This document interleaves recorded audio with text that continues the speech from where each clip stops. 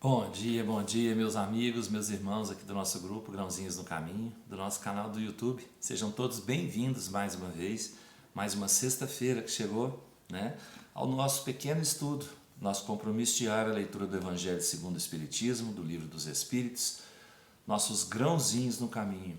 E hoje nós vamos continuar a leitura de ontem, né, do capítulo 8 do Evangelho, bem-aventurados aqueles que têm puro coração.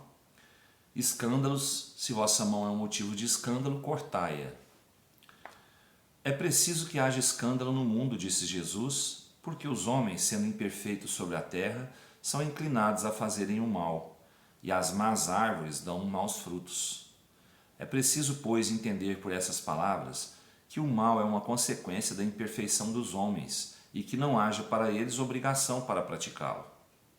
É necessário que o escândalo venha, porque estando os homens em expiação sobre a terra, punem a si mesmo pelo contato com seus vícios, dos quais são as primeiras vítimas, acabando por compreender seus inconvenientes. Quando estiverem cansados de sofrer no mal, procurarão um remédio no bem. A reação desses vícios serve, pois, ao mesmo tempo de castigo para uns e de provas para outros. É assim que Deus faz emergir o bem do mal e os próprios homens utilizam as coisas más ou mais vis. Se assim é, dir-se-á, o mal é necessário e durará sempre, porque se ele viesse a desaparecer, Deus estaria privado de um poderoso meio de castigar os culpados. Portanto, é inútil procurar melhorar os homens. Mas se não houvesse mais culpados, não haveria mais necessidade de castigos. Suponhamos a humanidade transformada em homens de bem, ninguém procuraria fazer o mal ao próximo e todos seriam felizes, porque seriam bons. Tal é o estado dos mundos avançados, de onde o mal foi excluído. Tal será o da terra quando tiver progredido suficientemente.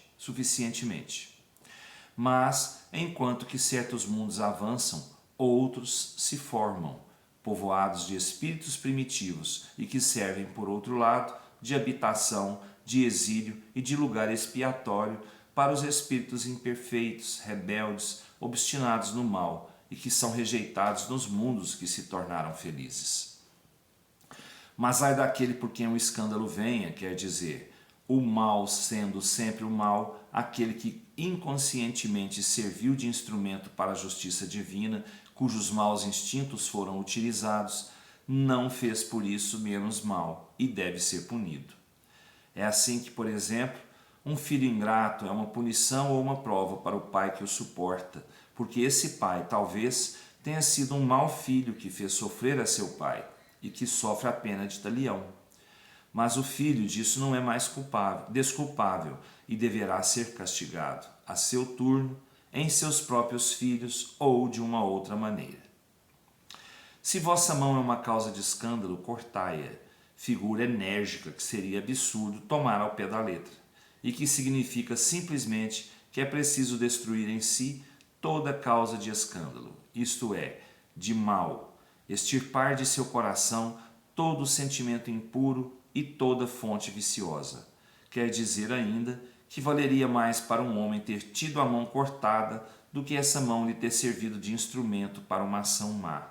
Estar privado da vista do que seus olhos lhe tivessem dado maus pensamentos. Jesus nada disse de absurdo para todo aquele que apreende o sentido alegórico e profundo de suas palavras. Mas muitas coisas não podem ser compreendidas sem a chave que delas nos dá o Espiritismo.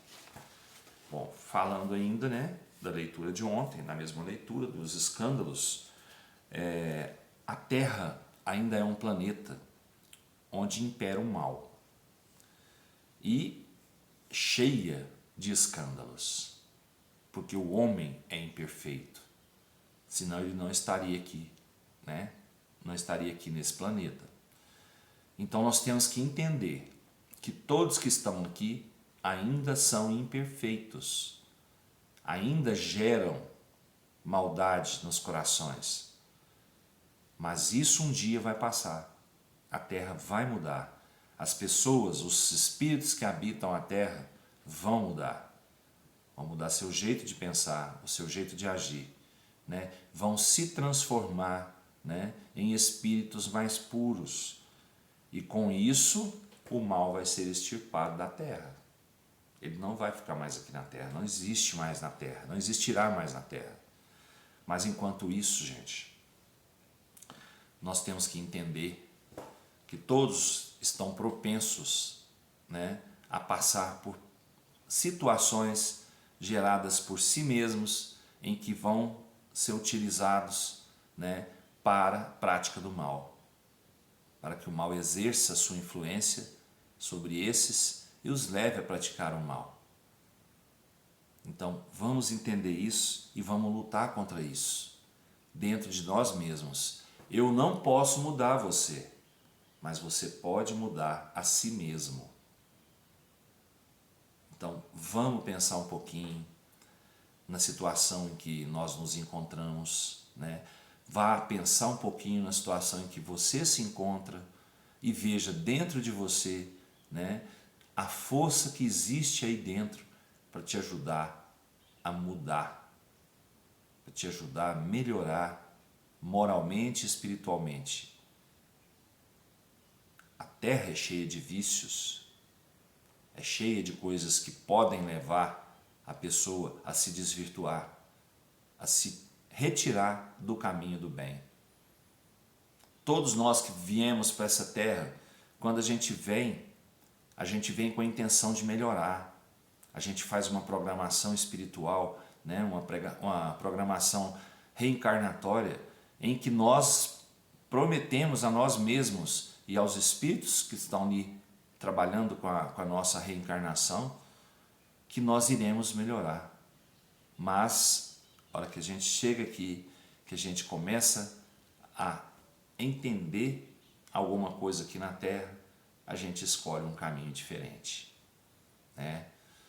Então vamos procurar nos manter naquilo que nós nos propusemos, porque a nossa consciência nos cobra isso. A nossa consciência nos cobra isso, o nosso espírito, né, nos cobra isso, porque nós nos comprometemos a fazer o bem, a procurar o caminho do bem. E quando nós nos desviamos desse caminho, a nossa consciência nos cobra. Nós sabemos que estamos errando.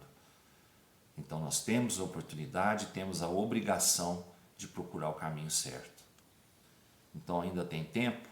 Tem, né? Eu vou dar uma aliviada na minha carga para a próxima. Eu vou fazer o bem, vou procurar melhorar aqui na Terra. Para um dia eu vir para essa Terra com alegria no coração, porque esse vai ser um planeta feliz. Tá bom? Livro dos Espíritos traz para a gente hoje, no capítulo 9 ainda, Intervenção dos Espíritos no Mundo Corporal, a questão 505. Isso.